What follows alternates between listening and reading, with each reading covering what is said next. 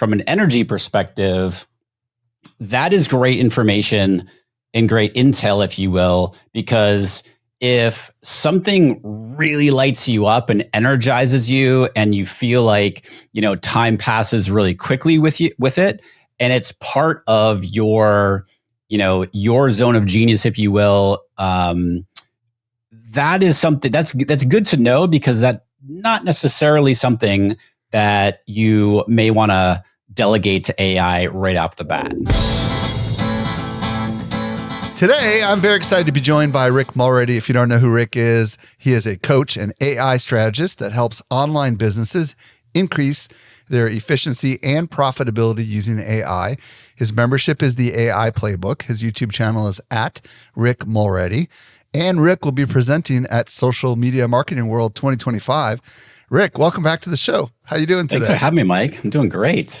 Super Excited awesome. to come back to Social Media Marketing World. Yeah, it's going to be so Always fun. awesome. And Rick's going to be talking about AI, and he's been coming for years under a different kind of brand, but it's super exciting. Yeah. So today, Rick and I are going to explore a framework to help marketers and entrepreneurs intelligently apply AI to work.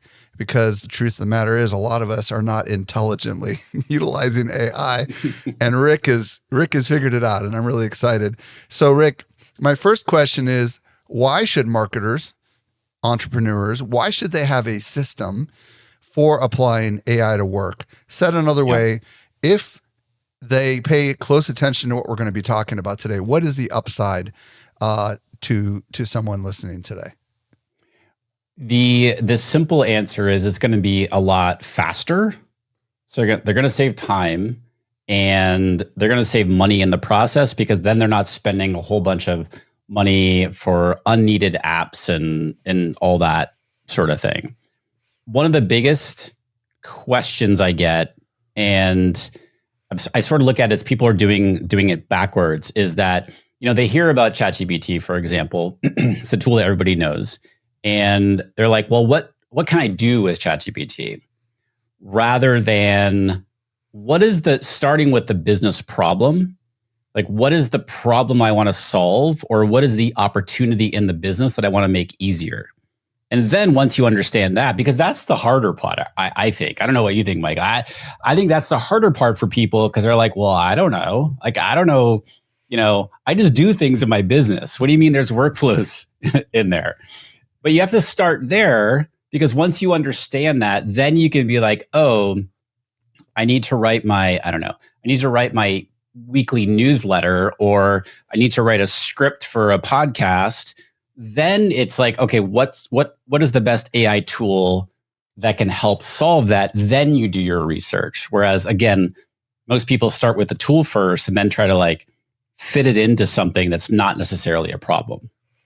Well, I mean, I can speak from my own personal experience as to why I think this is really important. So many marketers and entrepreneurs like you and me, Rick, we've been doing what we do for a long time. Yeah. And we've got our own kind of procedures and systems in place, and it's become habit. It's become pattern for us. And unless we intentionally say to ourselves, could AI help here? Should AI be involved here? We're not going to use it, right? It's not until we give ourselves, like I was just recently, I had extra time, so I started fiddling, right? And all of a sudden I'm like, whoa, this is amazing. But actually making it be part of what I do every day, that's, I think, the upside, right? To having a really good streamlined system, because otherwise it's just going to be a toy that you're going to forget to pick up. But when you do work the system, like we're going to be talking about today, I feel like there's massive upside. Would you agree? Absolutely. And it's that, I love how you said it, that it's the fiddle time that you want to make sure that you're giving yourself. And also within that, giving yourself permission for it not to work the first 5 times that you try something. I was talking to somebody earlier today, and they were like, yeah, I spent 100 hours trying to figure out GPTs, but I don't love that, because I just want to know how this works, and I want to give it the best prompt right away. And I was like, well, you have to be willing to continue to test and iterate what you're what you're trying to accomplish, because there's a lot of different ways that you can accomplish these things. Yeah, and this is where I want to spend a minute or two just talking about some of the problems that people face, specifically with making AI a regular part of their work. You have people inside your membership. I have people inside of my membership. What are you seeing as kind of the big challenges that are stopping people from really adopting AI? I hear all the time, and I'm sure you hear this too, Mike, is that they feel like they're drinking from a fire hose. That there's so much information, there's so many tools, and it's the whole analysis by paralysis. They get all these different things, and then instead of jumping in and fiddling, a little bit every day, they don't do anything. And then, unfortunately, we're at a point now where people are just going to fall further and further back. But everybody listening to this show here on a regular basis, you're way ahead of the game. And I just will take 1 second. And for the mere fact that you are listening to this podcast, you are ahead of so many people out there that we don't realize it because we're in this little bubble, right? Where we're learning about AI and we're working with it and we're testing it and fiddling around with it. Most people are not doing that and don't have any clue. So, and I want to add something to that, because thank you, first of all, because I believe that the best way to overcome the overwhelm, right, which we know is a legit issue, right? Totally. It's not just overwhelm with all the features that are coming out. It's also overwhelm with just the nature of our work today, right? Because we are, as entrepreneurs and marketers, dealing with struggles coming at us from every angle, right? Emails not getting into the inbox, social posts aren't being seen. Dot. There's just a lot of challenges that did not exist before. There's economic uncertainty. There's all sorts of stuff going on right now. And the antidote to that is to have a mindset of lifelong learning, right?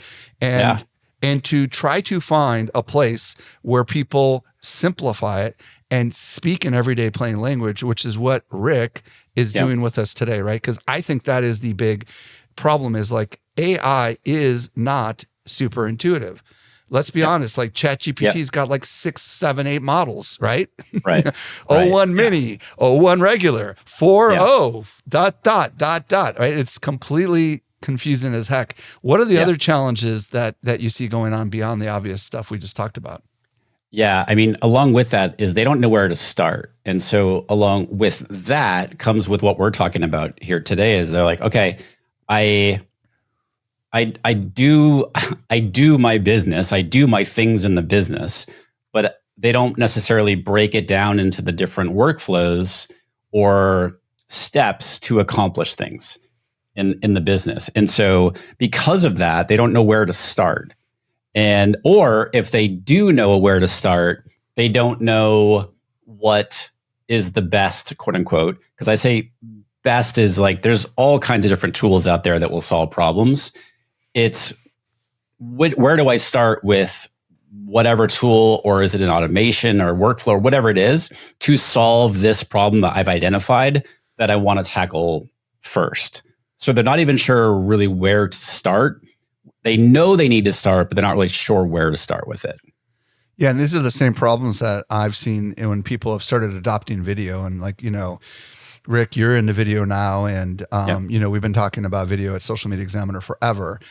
But in the early days, people didn't know where to start, and a lot of the video experts said, "Just start." Right? Yeah. Your worst one is going to be your first one, right? And that's exactly true with AI, right? Your worst prompt is going to be your first prompt. If you go back and look at your very first prompt in ChatGPT, it's probably going to be, who is Rick Mulready or who is Michael Stelzner, right? Yeah,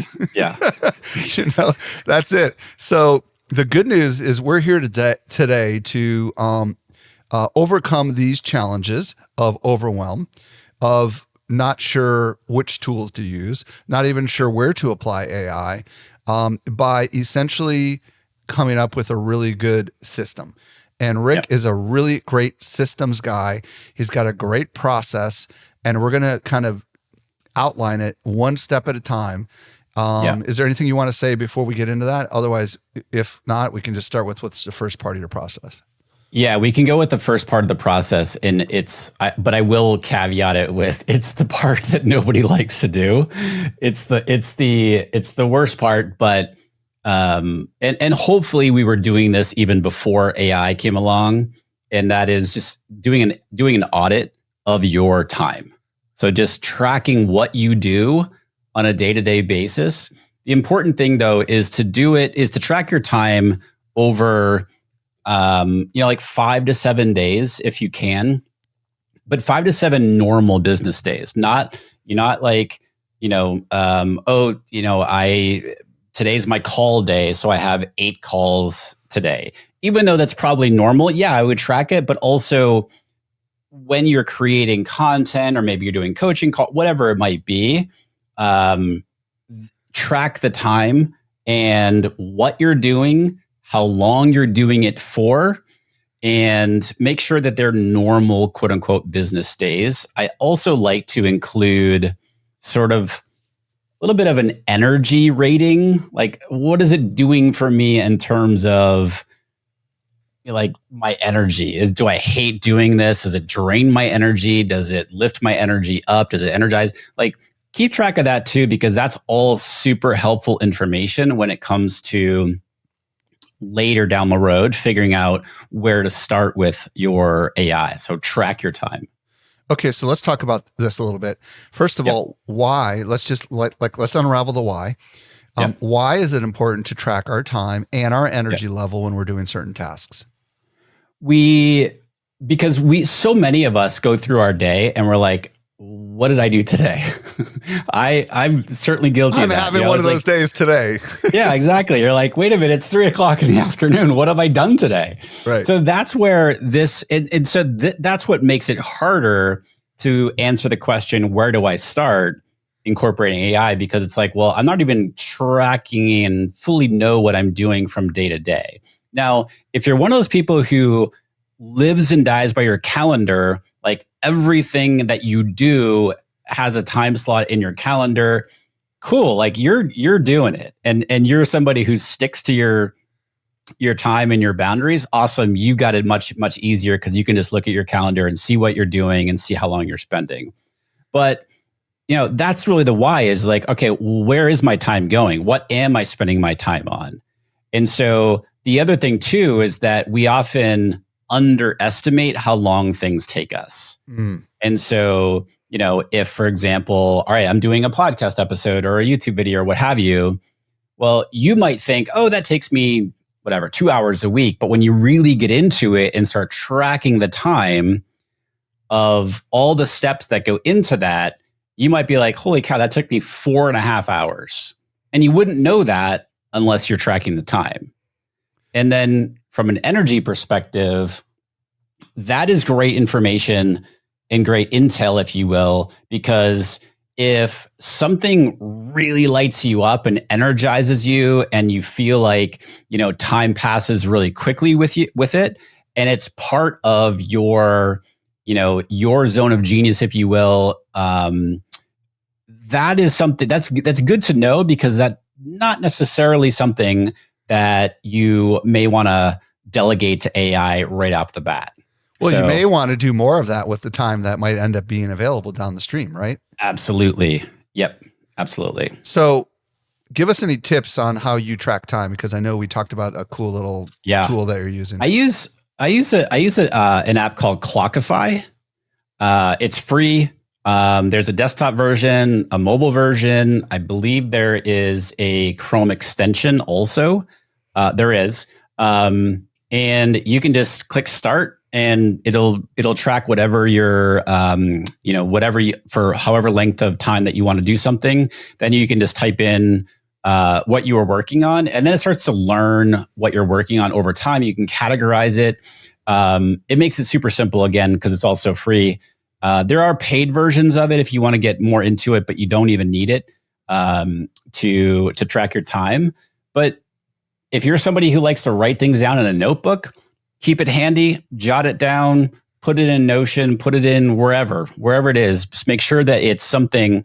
The best solution is something that you're going to use. So as long as you know what the task is, find the easiest thing to do, because again, it is a little labor intensive because you have to remember to jot it down. Whatever makes it as easy as possible for you, I would use it. Okay, so just to summarize real quick, we're going to audit the tasks that we do over a regular 5-day working period. Yep. And the objective here is to become self-aware of where our time is going. And that's going to layer into what we're going to ultimately be doing next. But once we become aware of where our time goes, and as Rick said, we're generally not aware when we're in the middle of something. We're just not. And it's not just tracking time, it's also tracking your excitement level about whether you love that kind of work or whether it drains your energy, right? Exactly. Yep. So let's say we've been doing that for a week and we've got a nice little spreadsheet or Google Doc or something put together. What's next? The other thing that I like to do with that, by the way, and this also helps with this next step of I call it prioritizing. So there's, I'm blanking on his, who's the guy? Getting Things Done guy, David Allen? No, the original AdWords, I'm blanking on his name. Oh, the guy who wrote the original book on AdWords? Yeah. I'm drawing a blank on his name too. But I know who he is, but yeah. Yeah, he was the first person. He wrote 80/20 Sales and Marketing. Okay. Great book. And it was the first time I learned about the concept of assigning a value to the tasks. So something like, loading your email into your email CRM. Perry Marshall? Yeah. Perry Marshall. Yeah. Perry Marshall. Thank you. That's a quote $10 an hour task, as opposed to if you're strategizing about your business and coming up with strategy for increasing your profit margin, that might be a $10,000 an hour task. Ah, okay. So this is another data layer we can add in here, right? Is exactly. That what you're saying? Okay. Yeah, exactly. And then he also has a $100 an hour task and a $1,000 an hour task. Okay. So he would put, for example, like copywriting into a $100 an hour task. So that's another layer of, it's helpful data if you want to go to that extent to start to assign, once you have your time audit for those 5 days, start, in addition to what is your energy score, if you will, assigning a dollar value, because then the next step is to look at that and say, okay, what are the priorities that I want to get off of my plate so that I can spend more time on those things that are higher impact for the business and higher energy, and sort of those $1,000, $10,000 an hour tasks. Okay. So the next step in that is start to prioritize that list. And so a lot of people are like, well, I don't even know where to start, right? Use the data that you got from the time audit, and then just start to prioritize that list. Because then as we go along, when we continue talking about this here, we're going to start to be like, all right, I'm going to do one of these at a time and not look at, okay, I want to use AI and try to figure out how to do one of these things. You mean like use AI to enhance these things? Yes. Okay. Yes. Yep. Okay. Yep. So just so we're clear, in this second phase, which we're calling the prioritize phase, we are prioritizing the tasks that are the most valuable versus the least valuable. We're kind of rank ordering them. Is that what I'm saying? I'm hearing you say. And value is going to be either based on the energy or the monetary value. Is that what I'm hearing you say? Yes. You also want to be looking at things that are repetitive. Okay. That you're doing repetitively, or your team is doing repetitively, maybe week to week or month to month. And also those things that are, especially if they are repetitive and take up a lot of time. Mm-hmm. And so for me, you're going to laugh at this because you're like, well, Rick, I talk about testing early on. I've tested lots of different iterations of this, and I feel like I'm much closer to this now, but I do a weekly newsletter, comes out on Sunday mornings, and it is meaty. It is, I've had it up this isn't necessarily bragging because I feel like it's too long, but I've had it up at like 2,600 words sometimes. It's meaty. It's not always that long.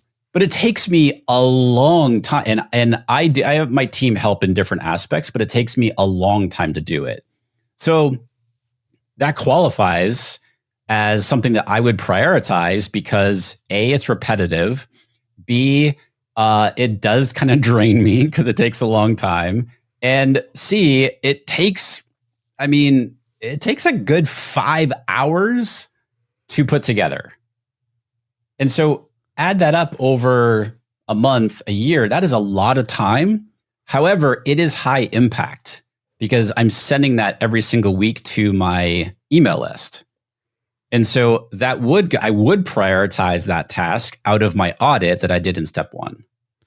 Okay, so just so we're clear, it sounds like what I'm hearing you say is we're prioritizing tasks that are candidates for AI automation and or enhancement. Is that what I'm hearing you say? Absolutely. So tasks that that you want off your plate, maybe because they're time consuming, maybe because they're not the best use of your time, and you could provide more value in other areas, like maybe, I don't know, who knows what. I mean, for me, it might be strategizing with my team, instead of creating something in particular.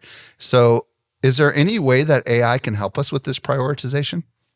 Totally. I mean, that's a great... You got any tips on that? Yeah, it's a great way to look at it. So what you could do is, depending on how you were tracking, so let's just say that you were tracking in your notebook or what have you. You could take a picture of it with your phone and then upload that into ChatGPT and just explain to ChatGPT what it is that it's looking at. So you could just say, this is a time audit of my time over the past 5 business days. I want to prioritize these tasks, or I want to prioritize what you're seeing in these images in terms of what I should begin to see where AI can fit into these things and simplify these things. I like that because you could actually also potentially take a picture of a spreadsheet, right? Totally. Yep. Or you could export a CSV file, believe it or not. A spreadsheet has a CSV file where you've got along the left column, you could have the maybe the days of the week, or across the top. And then across the other axis could be all the various tasks and the amount of time that they take, right? Yeah. And I mean, it gets a little crazy when you have the third variable of energy and value and all that kind of stuff. But AI can kind of look at these kind of tables, right? And they can presumably help you figure it out. You could get a lot more ninja too and use Gemini 2.0 and do the real time talk with it, where you screen share.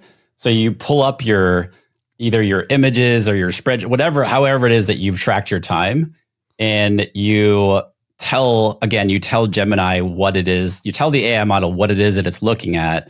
And then, so in that case there, you'd want to describe what the energy rating means. So it's like, oh, my energy rating of 4 is good. Energy rating of 1, just describe it, give it some context, and then tell it what you want it to do.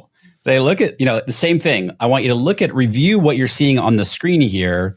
And I want you to help me create a prioritized list of where you think I should begin implementing AI based on these tasks that I'm doing on a regular basis.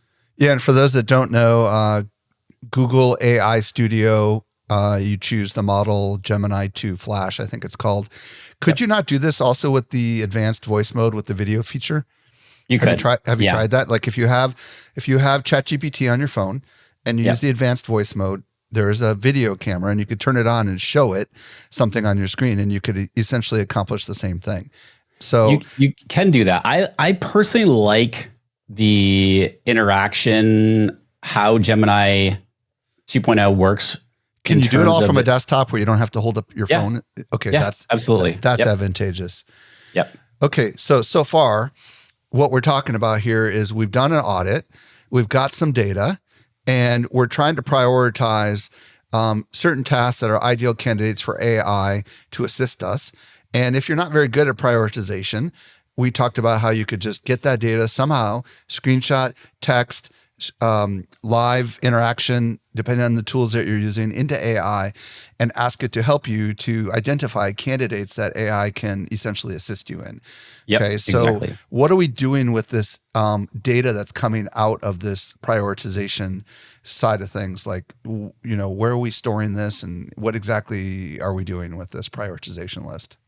Yeah, the storing it part wherever you want. I mean, again, I think it really depends too on how you collected that data. Like, how did you track it? Like, if you tracked it in your notebook, for example, cool, it's fine to leave in the notebook. I think it's really interesting too, and this doesn't necessarily. I mean, yes, it's AI related, but like, it would be really interesting. So that this is an exercise I like to do quarterly, by the way, and it does get easier the more you do it. And again, it's tedious, but the goal that you can find within it is great.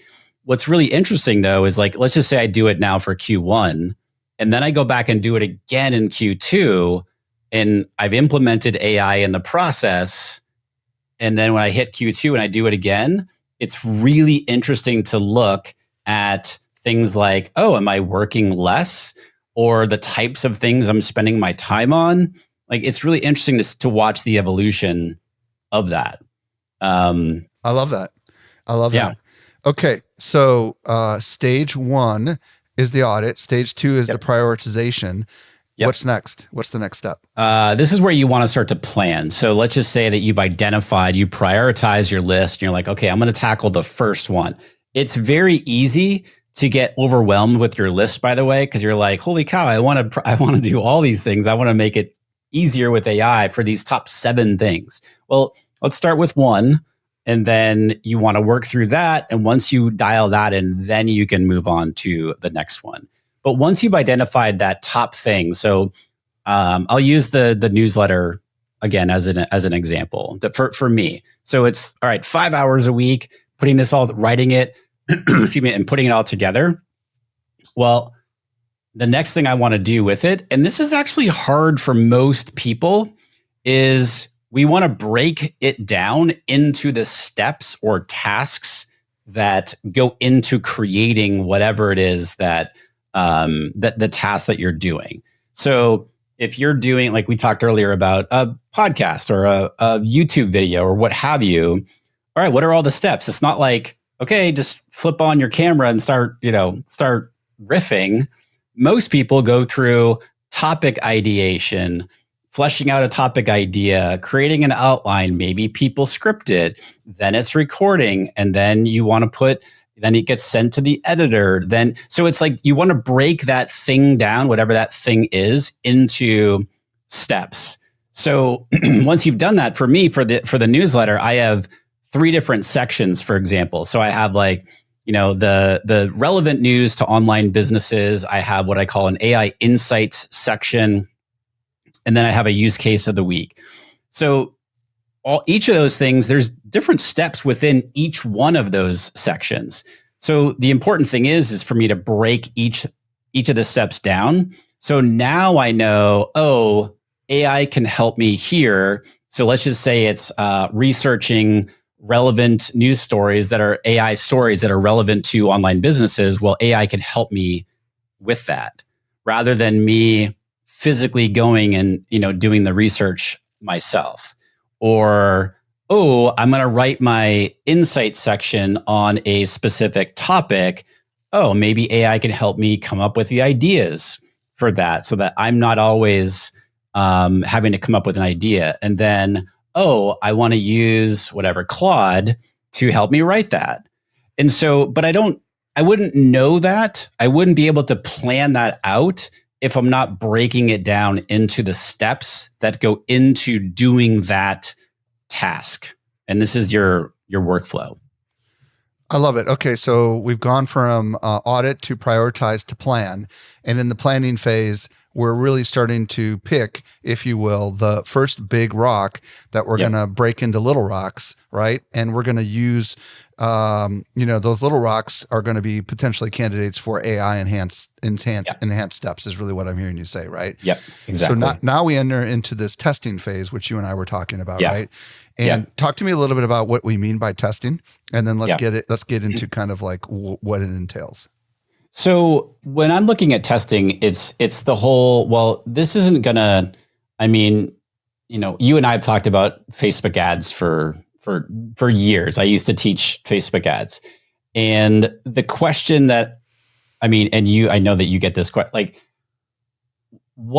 should I fill in the blank?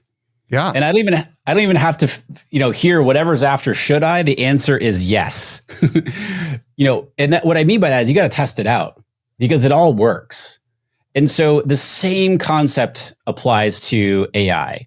And so the test part of this whole thing is there's a lot of different tools that will solve a problem. It's figuring out, number one, what's in your budget, right? Because a lot of the tools are going to, cost $20 a month. Of course, there's free versions, but you'll hit limits and so forth. But let's just say that you want to write an email. Well, ChatGPT, for most people, is not going to be the best content writer. Claude is going to be the better content writer. So testing that, just as a very simple example, is, all right, you know what? I'm going to test both of these models. And then there's tools out there, by the way, that you can use you put one prompt in and you can test different models against each other. So you can put one prompt in on the screen and it'll show you different models, the output from different models. Do you have a recommended tool for that? I really like, I think it's called ChatHub. Okay. It's chathub.gg, I think is the URL. Okay. So chathub.gg lets you select a couple different models and then see the output, and then you can kind of very quickly test to see whether or not one model versus another model is giving you the kind of output you're looking for. Is that what I'm hearing you say? Exactly. Yeah. So that's a very simplified, like, okay, if I put a prompt into, a couple of these different AI models, which one's going to give me the best or the kind of output that I'm happy with. The next level of that is, all right, I'm going to put together a workflow or an automation. So if I'm putting an automation together, let's just say in Zapier or make.com, does the automation, does it work the way that I want it to? And am I getting the kind of output I want from the automation? Same thing is I use a tool called MindPal. And I build workflows in MindPal. So it's great. So for example, if I wanted to do research for the newsletter for one section, it will do the research and then it will prompt me for like, okay, pick which one I like the best. And then based on that, the one I pick, it'll move on to the next step in the workflow. And so again, this is where it's like, all right, I'm going to test putting this all together and to see if it's working for me. But you've got to be okay with it not working the first several times. And this goes back to, I love what you said before, Mike, is like fiddling with it. Is just got to fiddle with it until you get to a point where you're like, oh yeah, I'm really happy with this. I'm really happy with the output. I'm happy with the AI model that I'm using. Just like before, where you were like, oh, could you use advanced voice mode for ChatGPT to look at, to show what's on your screen? Right. Yes. Yeah. Gemini 2.0 does that too. Like there's just different options. Okay. So just to try to help bring clarity to this, when we're at this stage of the process where we have planned out this thing that we want to tackle with AI, and we've identified kind of all the critical steps that are involved, it's at that point that we're going to begin testing various different AI solutions or tools to see whether or not it meets the mark that you're looking for. And to give a good analogy, we have an account called magi.ai. We had Dustin Stout here on the show. We have it for everyone inside the company. And it's got 1 million different image models inside of it. it's got ideogram, it's got flux, it's got all these different models. And I'm the one that creates all the thumbnails for the YouTube videos on Social Media Examiner. And there's always new stuff coming out. So what I'm doing is I'm testing the various different AI image models to see which ones have what I'm looking for. Because in the early days, they were all coming out of ChatGPT with DALL-E 3 and they looked horrible. And then eventually I discovered Flux and I'm like, holy crap, that looks photorealistic. Okay. And then eventually I realized I've got to bring this stuff into Photoshop and I've got to use Photoshop Generative Expand. So I've got a process now that I have tested and refined where I'm using a couple different tools, and it could take me as much as like 5 to 20 prompts to get the image that I want. And then I've got to bring it into Photoshop and I've got to mess with it a little bit, but still it's so much better than art directing in Illustrator, which is what we used to do. You know what I mean? And then I have to say, no, you need to do this and change that. I can just get it done. And for me, I actually love doing it. For me, it's fun because it allows my creative genes to come out. So this is an example of like, you gotta experiment. And the other side of it, which I'm sure you can attest to, Rick, is these AI models keep coming. There's new ones that come out all the time. Right. And if you stick with your old one, you might actually not realize that they've evolved. You have any like ChatGPT 01, right? Is so much better than 4.0, and most people don't even know it, right? Oh yeah. And the creating the thumbnails is a perfect example of what we were talking about. You might know you're like, oh yeah, I need to be creating these, and maybe it's a weekly thing, or if you batch them or what have you. But when you sit down and you're like, oh yeah, I spent whatever long, like 90 minutes each week to do these. Now you know exactly what it is and how long it's taking you. And then you start to break it down into the steps like you just mentioned. Now that becomes, oh, okay, I can start to, because it's repetitive, it takes up a lot of time. However, I do enjoy the process. Right. And it's also a very important thing that you're doing, right? Right. So okay, cool. I can enjoy it while also trying to incorporate the different image generation models and stuff like that to try to figure out what the best way is to do it. But you're able to do that because you know what the process is, and just broken down step by step. It's more about getting a higher quality output than it is about saving me time, and that's the key, right? Because we know that thumbnails are kind of everything, right? And totally. And the quality of the thumbnail has very much to do with the likelihood that you're going to get someone to click on it. So for me, I don't mind messing around with these tools, and I love it actually, because for me, it's like the kind of work that I love doing. Yeah. So this is just yet another example. So let's talk a little bit about the different kinds of tools that solve different kinds of problems. We've already mentioned a few of them, but I'd love you to just share what your thoughts are, just so people know that obviously they're going to, when they break their tasks down, they're going to have a lot of different kinds of tasks. So which tools are best for which kinds of tasks? So I like ChatGPT for things like brainstorming, for ideating on things, for fleshing out ideas, for creating outlines of different things. I will use it to do some analysis. Gemini is very good at data analysis, especially when you have a ton of data, because the context window in Gemini is 1 million, which dwarfs both context windows for. Are you using AI Studio for Gemini, or are you using some other tool? Yeah. Okay. Yeah. Google AI Studio. Yeah, I am using, just a quick side note on that. So when we're recording this, Google just the other day, last week, announced that they're including Gemini in Google Workspace business accounts. For free, but they increased the price. But yes, we all have it now. Right. Yeah. But number one, it's not I don't love I think it's got to get better, especially in terms of its integration into Google Drive. Yeah. Gemini.google.com for anybody who's listening. That's what Rick's talking about. And that feels, I haven't really used it very much, but it feels a little bit like ChatGPT, right? Or Claude. Yeah. So what you're saying is it's really good for data analysis. So if you've been struggling with data analysis on the other tools, mess around with actual Gemini itself. That's cool. Yeah.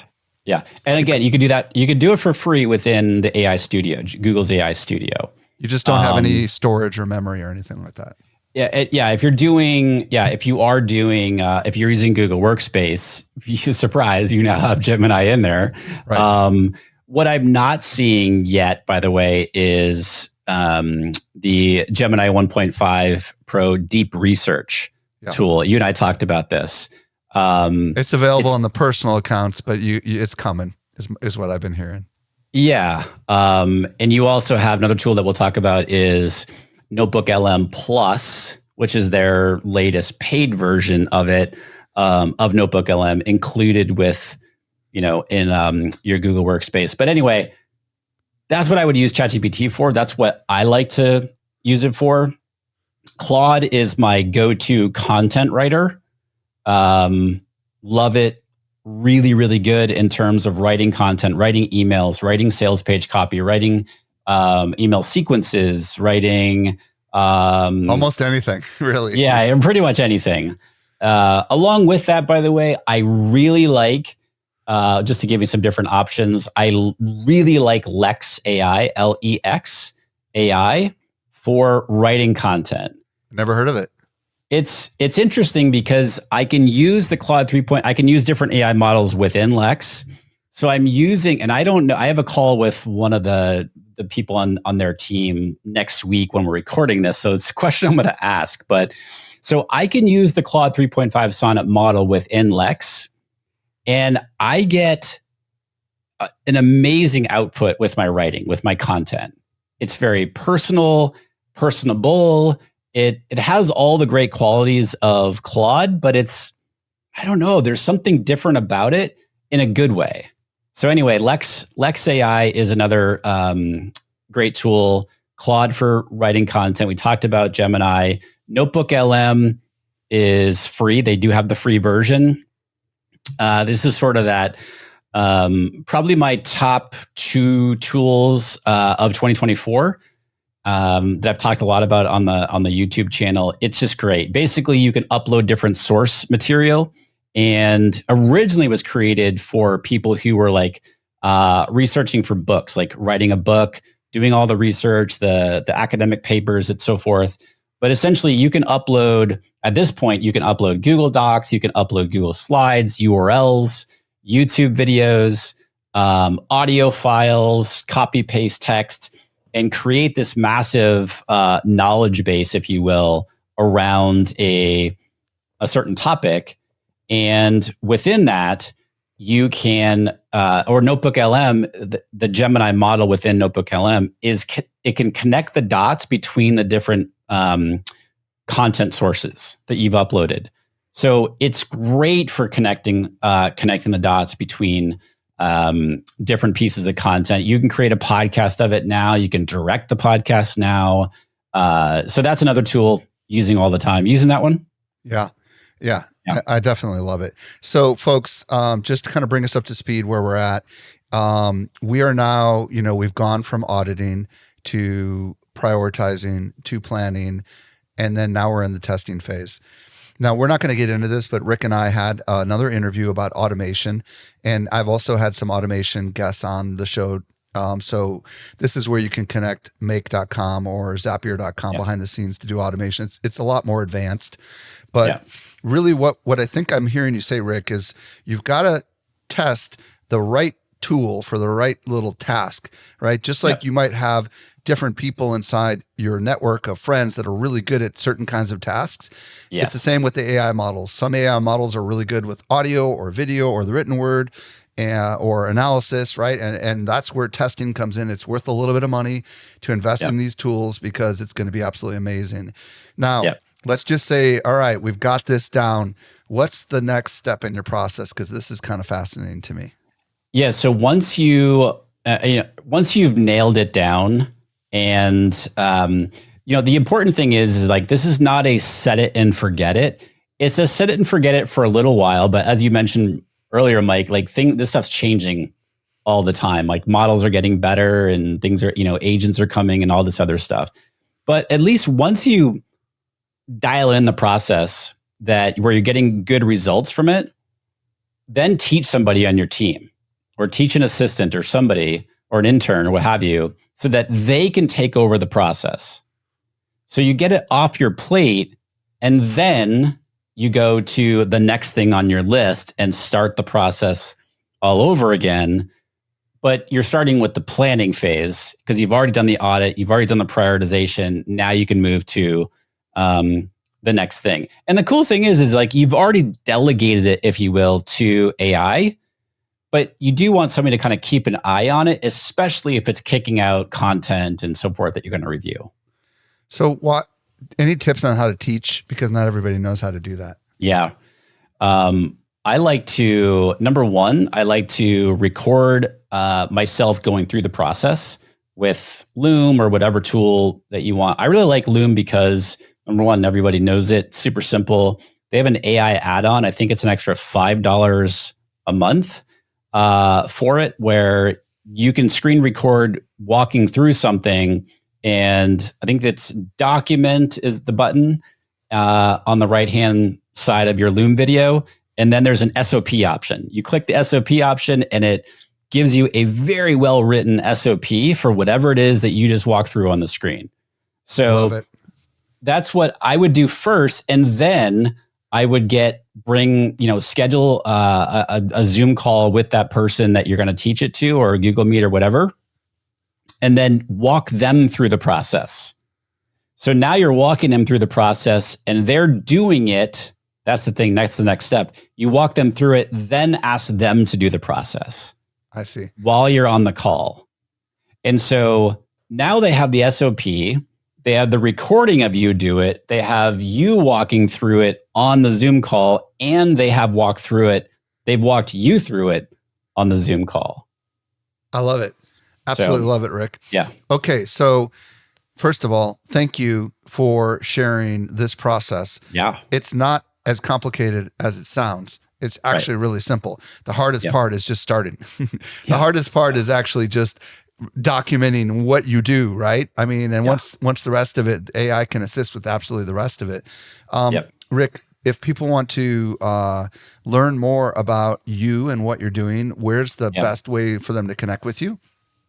The best way is the YouTube channel. If you just search for my name, Rick Mulready, on YouTube, videos there. And then my community, which is called the AI Playbook, I'm dropping the premium part of the name because I'm only going to have one community, which is a good thing. So the AI Playbook, I have an AI community. We're over on School, and it is for online businesses looking to pretty much do what we're talking about here today. Stay on top of AI, learn how to leverage AI for their business, make things easier and more profitable. And it's a lot of fun. All right, Rick. Well, I cannot wait to see what you have to teach at Social Media Marketing World in San Diego this year. Thank you so much for coming on the show and sharing your insights with us. Absolutely. Appreciate it, as always.